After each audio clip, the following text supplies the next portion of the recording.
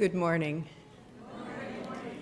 I'm Joyce Parkin, a member of the board here at the Unitarian Universalist Church in Reston.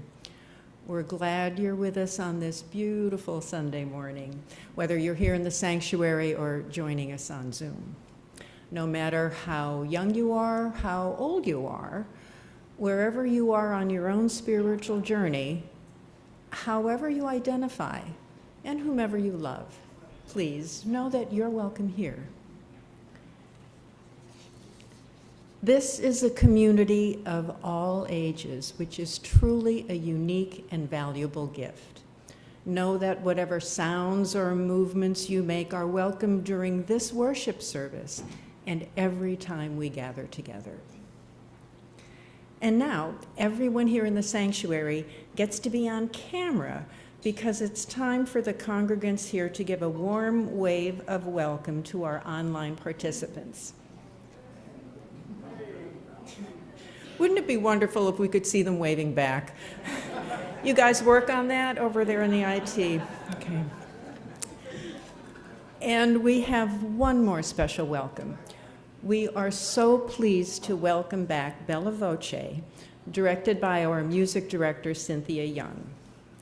Bella Voce is an Arlington-based women's vocal ensemble celebrating 12 years of performances throughout the DC region and internationally. In performing music for women's voices by composers from around the world, Bella Voce seeks to bring people closer together through concert experiences that uplift, connect, rejuvenate, and bring hope. Thank you to Bella Voce for being here this morning. And now it's time to explore just a few of the ways that you can get involved here at UU Reston. The Juliettes are meeting Monday evening at Silver Diner in Reston. Now, if you're not aware what Juliettes means, it stands for Just Us Ladies Imbibing, Eating, and Talking. So join the Juliettes at 5:30 tomorrow night for good conversation that's guaranteed to go well with your meal at the Silver Diner. We hope to see you there. Parents and caregivers are invited to meet today in the youth room after the service. Childcare and food will be available in the large classroom downstairs. This is a wonderful opportunity to connect with other parents and caregivers to talk about parenting, the monthly theme, and subjects the group chooses. The topic for today's gathering is how to address consumerism. Also after today's service, Reverend Aileen will be in the boardroom in the East Foyer for conversation with newcomers who want to get better acquainted with UU Reston and our minister. So bring your coffee and tea and your questions. Finally, next Sunday, May 10th, plan to stick around after the service for Science Sunday. Back by popular demand is Arthur Neiswick, former professor of artificial intelligence and cloud computing at the Defense Acquisition University. He'll talk more about AI and the cloud. You won't want to miss this program. And remember, if you can't stay after next Sunday's service, Science Sunday presentations are available on our YouTube channel. Now let's center ourselves for worship. If you haven't done so already, silence your electronic devices. Thank you. Take some deep, quieting breaths with me.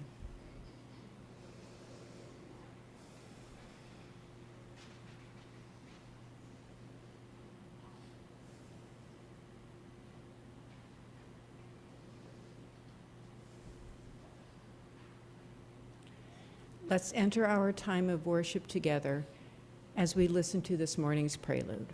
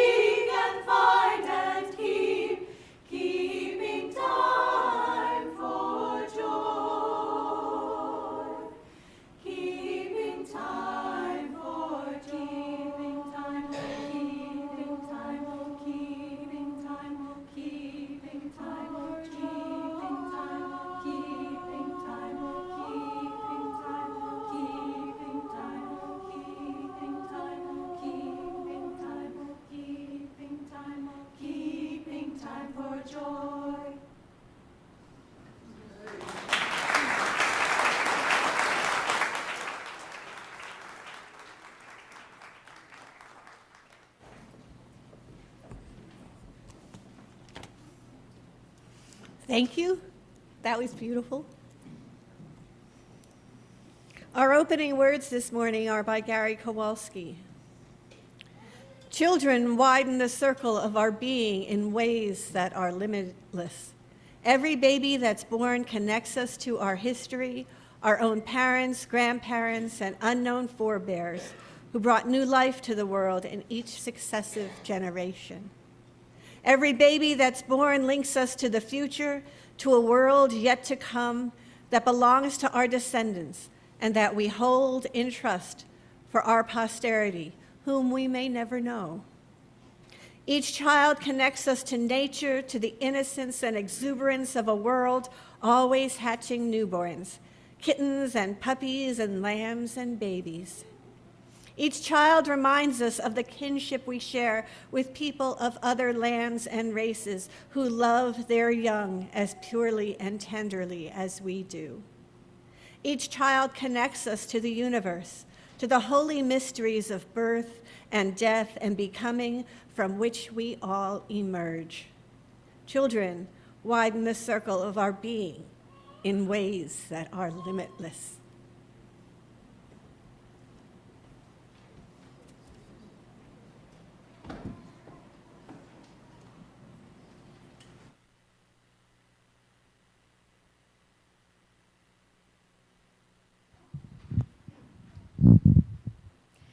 Our opening hymn today is number 1051, We Are.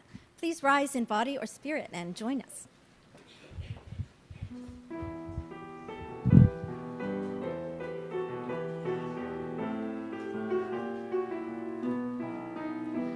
For each child that's born, a morning star rises and sings to the universe who we are. For each child that's born, a morning star rises and sings to the universe who we are. We are our grandmother's prayers, and we are our grandfather's dreamings. We are the breath of our ancestors. We are the Spirit of God. We are mothers of courage and fathers of time. We are daughters of dust and the sons of great visions. We sisters of mercy and brothers of love. We are lovers of life and the builders of nations. We are seekers of truth and keepers of faith. We are makers of peace and the wisdom of ages. We are our grandmother's prayers, and we are our grandfather's dreamings. We are the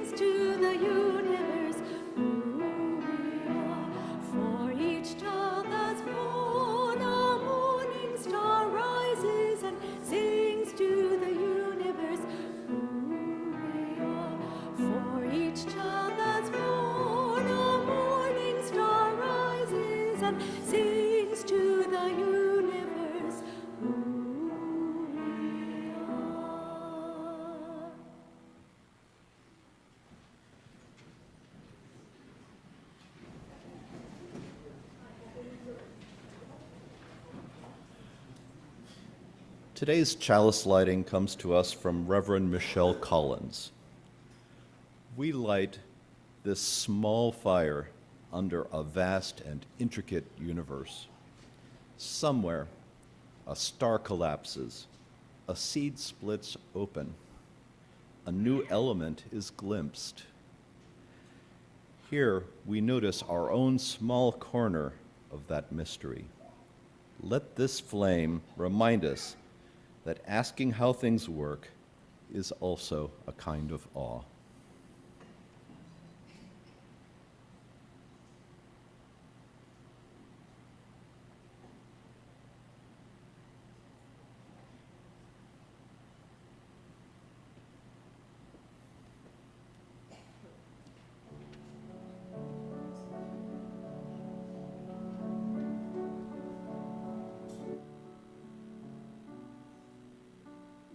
That is very special to us, where we sing our covenant together every Sunday morning. Love is the spirit of this church. We remain seated to sing our covenant together. If you are here today for the first time, we invite you to accept this song as our blessing to you.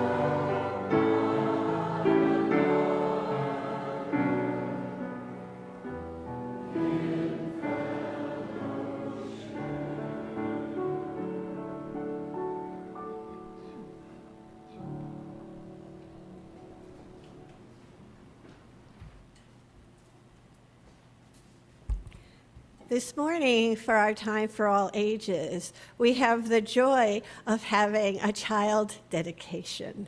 And the child we're dedicating this morning is William Alagha. And so first, I would like to invite the children, those young and young at heart, to please come forward.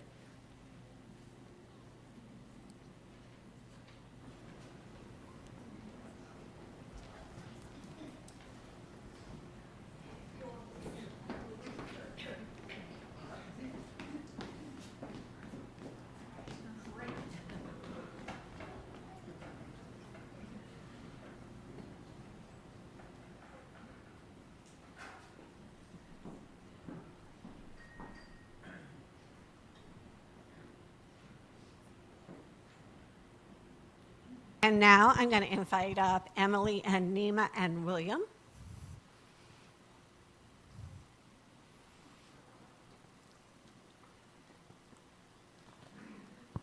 All right, this is William. We're going to be dedicating him this morning. So, Unitarian Universalists believe that every child brings new life and hope into the world. We set aside this special time called a child dedication for the community to bless the child and celebrate the blessing of this gift of life. The ceremony does not make the life of the child sacred. We believe that life is sacred inherently. When we dedicate a child, we acknowledge the truth that each child's life is sacred and hold that truth in the light of our faith. We understand that we are all part of the interconnected web of all existence. The community is part of the fabric that holds all human life, the story of many shared lives woven into our cultures and the saga of each individual. We are who we are in part because of the love and guidance and inspiration and ideals that we receive, especially from those who parent us. And our UU community has the privileged role not only of supporting the parents in this sacred task of nurturing life, but also weaving the threads of culture, history, value, arts, wisdom, and visions into a fabric that can enfold a family. In welcoming a baby, we celebrate one of the continuing miracles, the miracle of life ongoing. Though we may be the instruments of the child's becoming, the wonder of the child transcends our understanding. We rejoice that this child, William Rostam Alagha, has been born into the concern and care not only of his parents, but also of this community. And we welcome William into our circle of love as we work to dedicate ourselves to his care and tending. We recognize all who have gathered here now, his friends, his parents, and our larger community. We welcome those who are away from us in distance and time. We honor the ancestors who have blessed this world, but not our hearts, and we welcome them into our space this morning. Emily and Niemi, your responsibility is first and greatest. As you pledge yourselves to each other in love and loyalty, will you enlarge that pledge to include this wonderful creation of your life together, your child, William? We will. Good. And I know we have friends here of the family. Can you stand? Through life, you will watch over William's growth. Will you help William become a conscientious, responsible, and loving person? Yay.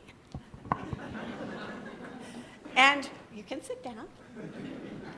And to our children here, dear children, you are closest to this child in age and will be working and playing and growing in the same world together.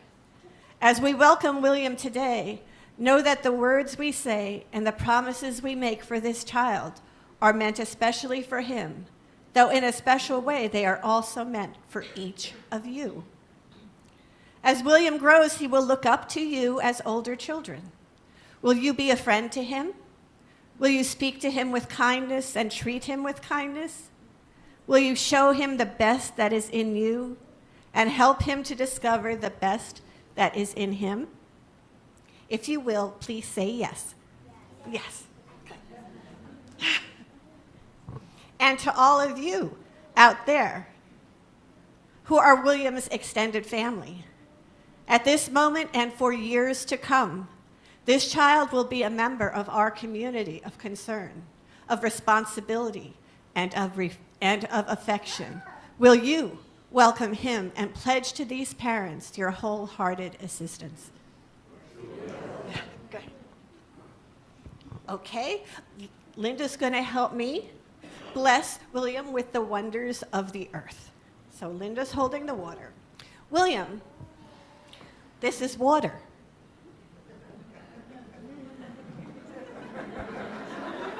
May you always find your thirst quenched. May you know the joy of hard work. May your tears be cared for. May you dance in rain and jump in pools and puddles. William, you are water. William, this is air. May your lungs be full of fresh, sweet air. May you know the joy of a good laugh. May you find your voice through song, whispers, and shrieks.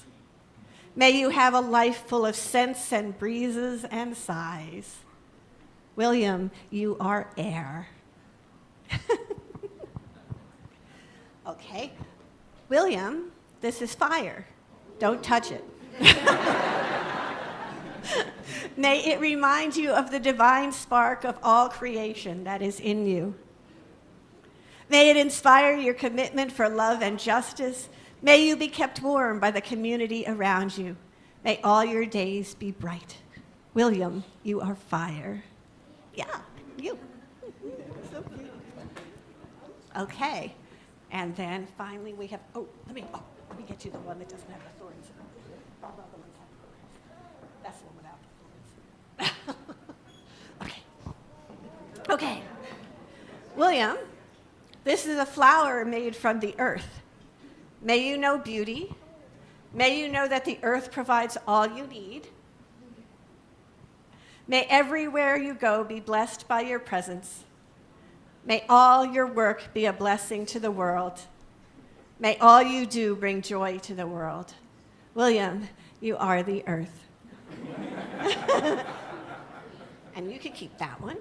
So friends, here, it is with great joy that I present to you another gift to our world, a blessing to all of us, and a joy to all who may meet him.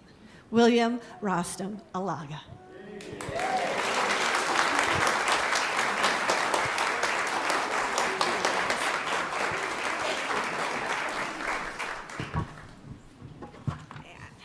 And so this is your certificate of dedication.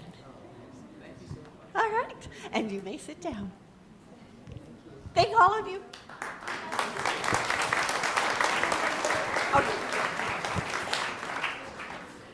Welcome.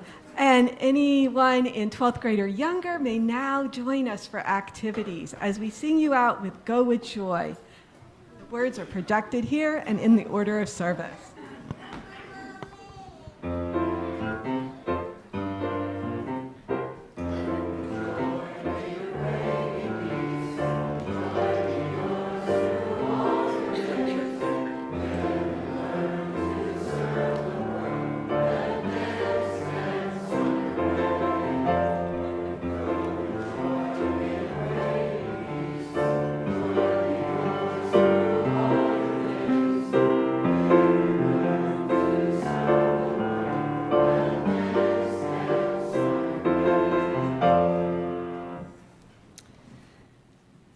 Now is the time in our service where we share our joys and concerns so that no one ever has to hold them alone.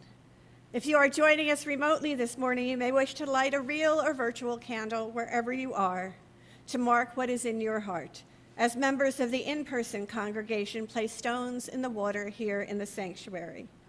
If those of you at home would like to share what's in your heart today in the congregational chat on the screen, please write to all attendees, and please remember that whatever you share on the screen will be public. Those at home may then read others' joys and concerns shared in the chat, and then enter into your own time of prayer or meditation. So I invite those present to come forward and put stones in the water as Tatiana plays our meditative music. Oh, with Bella Voce.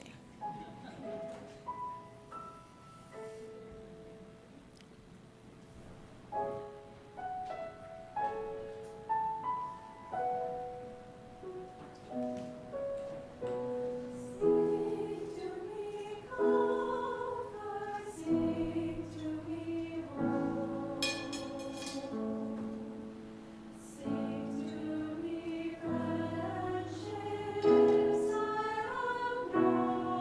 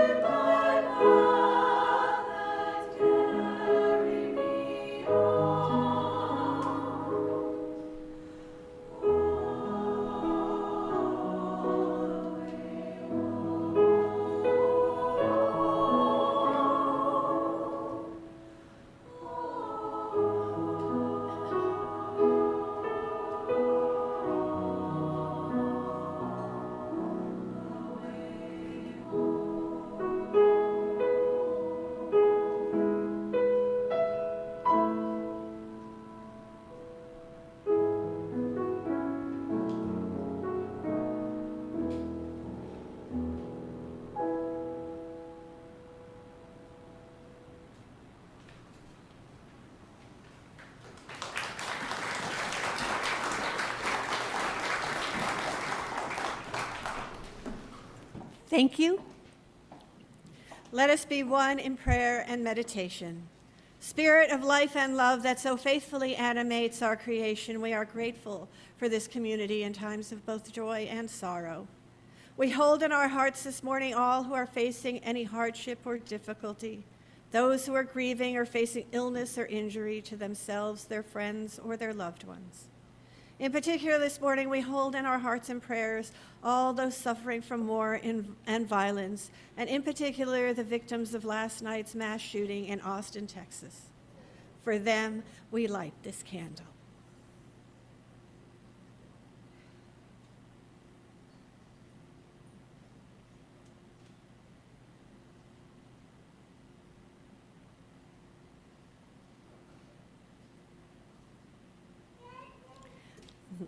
Let us take a moment of silence, after which we will sing Spirit of Life.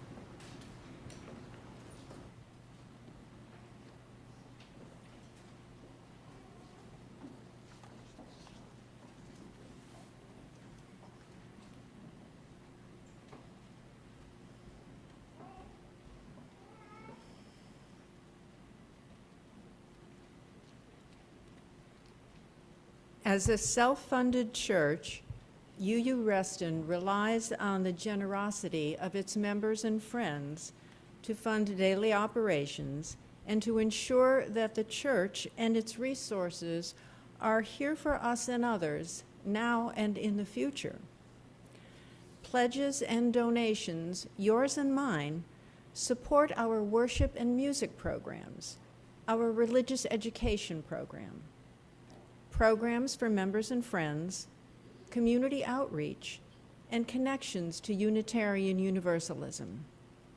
We now invite you to support the work of UU Reston by making your donation to the collection plate if you're here in the sanctuary or at the link on the slide and in the chat box if you're joining us online.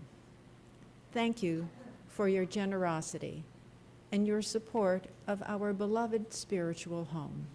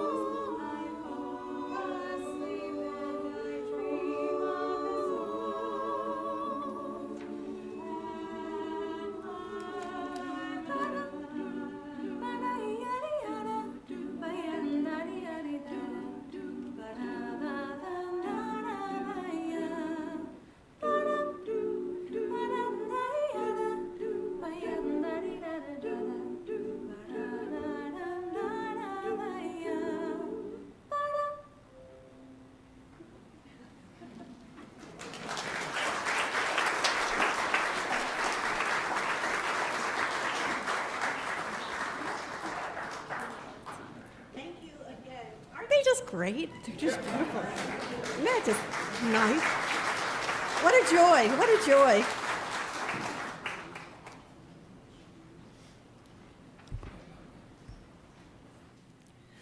When my son Nicholas was small, we would go on these exploratory walks when he was just learning to walk. We would walk around our apartment complex or at the large outdoor mall near us, Fashion Island. I would just follow him as he examined his world. There was no agenda. I just followed to see where he would go and what he would find or notice. Much closer to the ground than I, he would check out all the anomalies in the sidewalks or the ground. The smallest things would catch his eye. A small hole in the concrete, a minuscule beetle, a small leaf or twig. He talked to what we called the little yellow men, the fire hydrants in our apartment complex. He loved the look of leaves on trees and would stare up at them for concentrated periods of time. At the outdoor mall, there was this fountain. It was a series of holes flush with the ground. Water would squirt out of the holes in some sort of sequence I still don't know, appearing to jump from one hole to another. He would walk from hole to hole, peering into each one to see where the water was coming from, and would inevitably be squirted in the face. Sometimes it would make him cry. Other times it would send him into helpless giggles. He was endlessly curious. At that age, everything was new and fun. Everything was novel. Everything was filled with wonder. I have adopted this practice as an adult myself, doing wonder walks or walking meditation. The whole purpose of these walks is not to get my steps in, but to observe my surroundings, looking for something beautiful or new.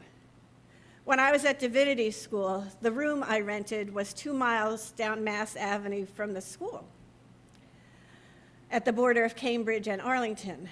Most days I would take the 77 bus as it stopped almost directly in front of the house I was staying in. And I had one of these apps that let me track the buses to see when they were coming. But some Friday afternoons, when I had finished my last class of the week, I would walk the 2 miles down Mass Ave, not sprinting, but slowly, so I could notice surprising things, even in this urban landscape. I noticed an apartment building surrounded by concrete that had built flower boxes on the sidewalk out front, and they always seemed to contain roses in bloom, no matter what season it was, and they were live, they weren't plastic. I found a Chinese restaurant that made the best dumplings ever. They were made in store and came with an infinite variety of fillings. I systematically, on those Friday afternoons, tried almost every one. I would call ahead at the beginning of my walk and pick them up as I passed by. There is so much that you can miss when you ride a bus rather than walk. When we take the time to notice, we can find extraordinary things in even ordinary things. The poet Ross Gay has these wonderful books, Inciting Joy, The Book of Delights, The Book of More Delights. These books are full of small vignettes of his life that bring him joy or delight. Things like stopping in on a close friend, visiting his aging mother, playing pickup basketball with friends in his neighborhood, working in his garden, watching a squirrel eating a pumpkin, the safety card on an airplane. I find his books endlessly compelling because the writing is so good. His language is often very irreverent and very spicy, but also because the ways in which he finds joy and delight often include stories that are incredibly sad. He writes about his father's final illness and death, his own experiences as a Black man with systemic racism. He does a lot of YouTube interviews, and he's an incredibly optimistic and joyful person, though he wouldn't necessarily describe himself that way. It is because, I think, because he, like my small son, is endlessly amazed by the mundane, the quotidian, the everyday. Most people, as they transition into adulthood, lose some of this wonder, this curiosity. We walk by the quietly amazing, the unassumingly beautiful, because we don't slow down. We keep our eyes glued to our screens, and we don't look up. There are people who study these things, who study wonder and awe and curiosity. Datcher Keltner, in his book Awe, writes, awe seems to orient us to devote ourselves to things outside our individual selves, to sacrifice and serve, to sense the boundaries between ourselves and others is easily dissolvable, that our true nature is collective. And he defines awe as the feeling of being in the presence of something vast that transcends your own current understanding of the world. To feel wonder is to experience a sudden decentering of self. Wonder and awe lead us to curiosity. Small children are wells of curiosity. Why, they ask, and when you tell them, they ask why again, and then why to that, and then why to the next thing, until finally you have to distract them with something else because you realize you have run out of answers because you don't know them yourself. And you learn in the process. You learn new things and experience new things because someone else around you asked why. My two boys had their own idiosyncratic things that endlessly fascinated them. For my son Nick, it was dinosaurs, and for my son Joe, it was steam engine trains. Before I had them, these things were not even on my radar, except that I knew they existed. By the time he was 4, Nick could pick out and name all the dinosaurs in his picture books. Joe watched video after video on the location of every steam train in the United States, could tell the different kinds of steam engines. And because they wanted to learn about all these things before they could even read, I had to learn about them also. And we traveled the country from California to Colorado to Pennsylvania to New Hampshire, not all at the same time, over several years, riding all the steam engine trains we could find. And we went to every natural history museum, even Dinosaur National Monument, to keep their curiosities alive.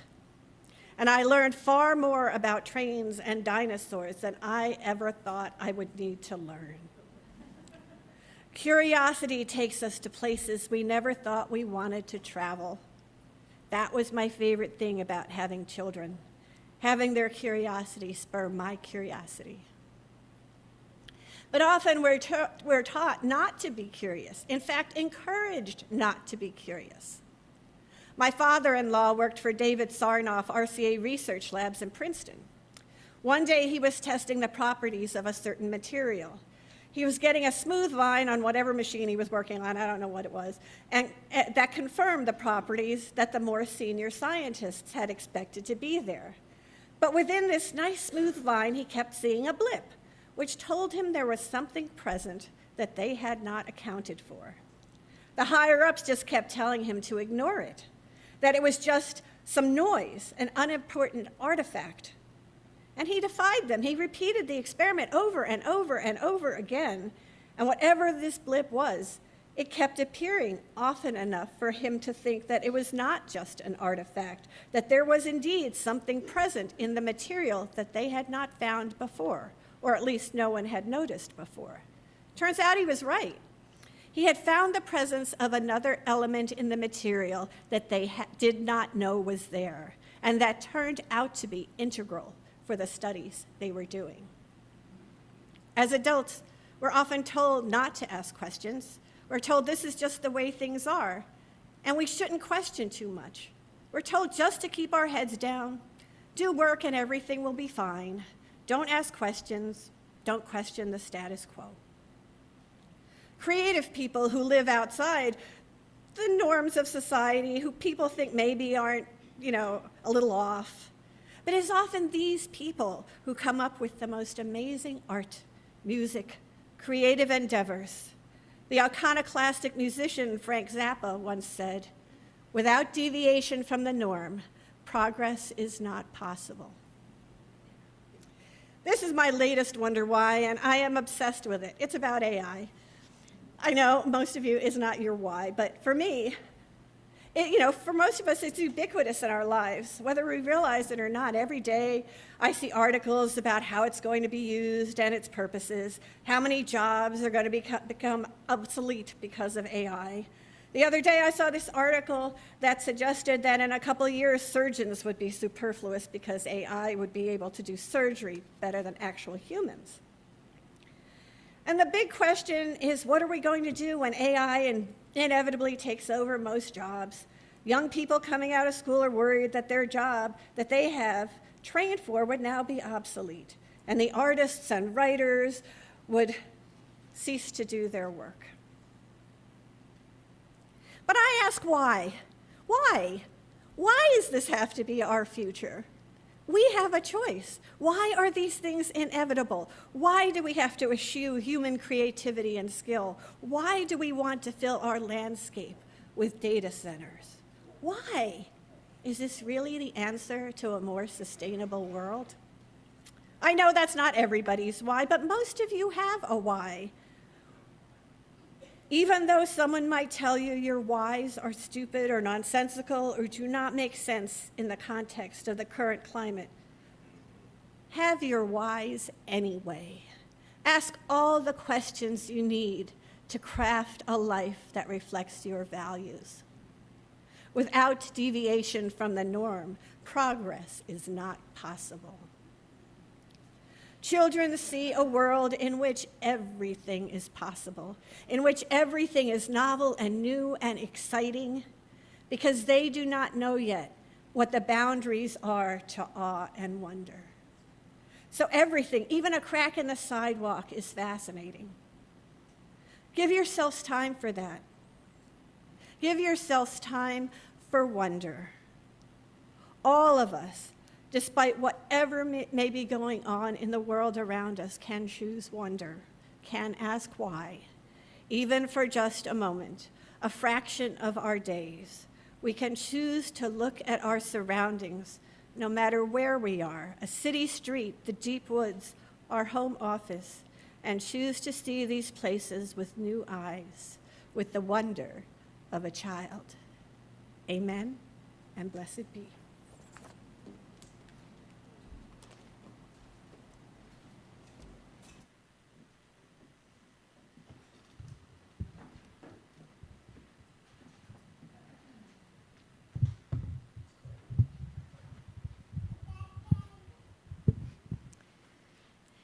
Our closing hymn is number 338, I Seek the Spirit of a Child. Please rise as you are willing or able and join us.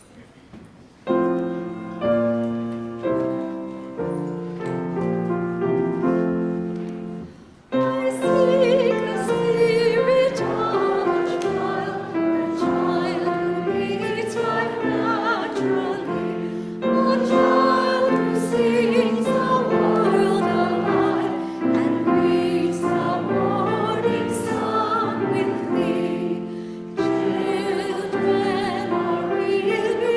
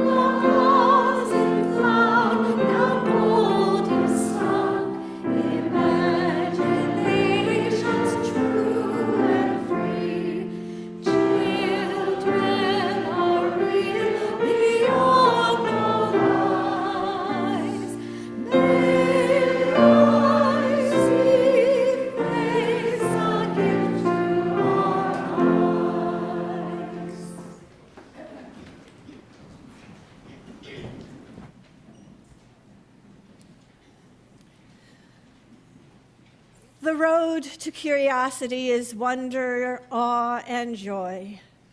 May we be curious. May we seek the spirit of a child. May we bring that wonder to everything we do.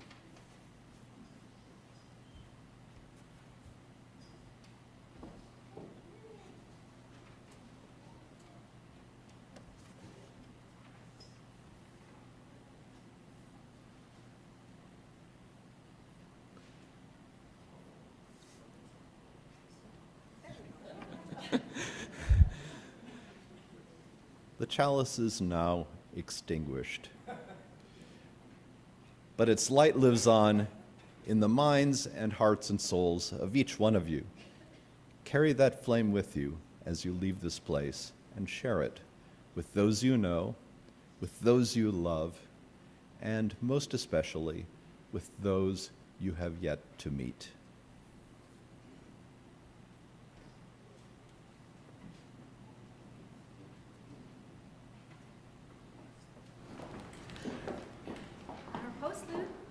This one?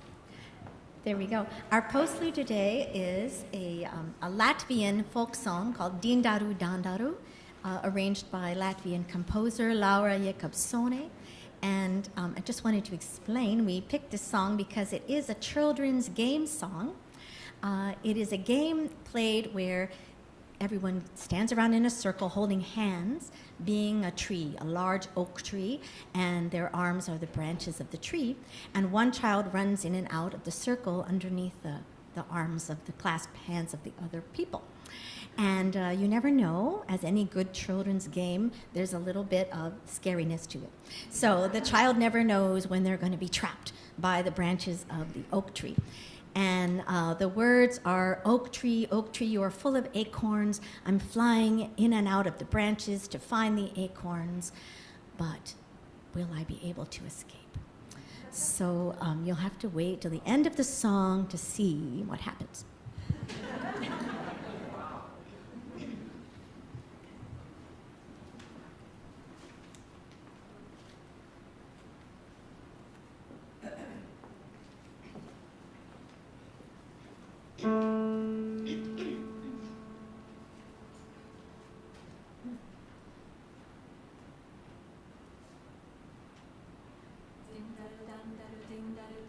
Hey, hey.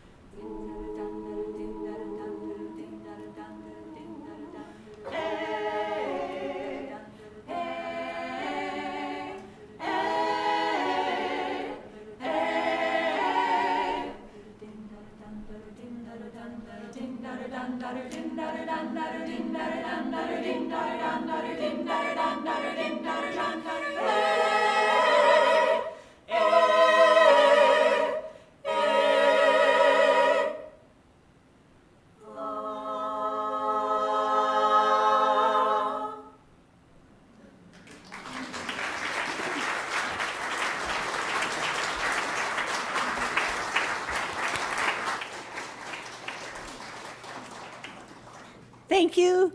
Thank you to Bella Voce. Another round of applause for Bella Voce. Great.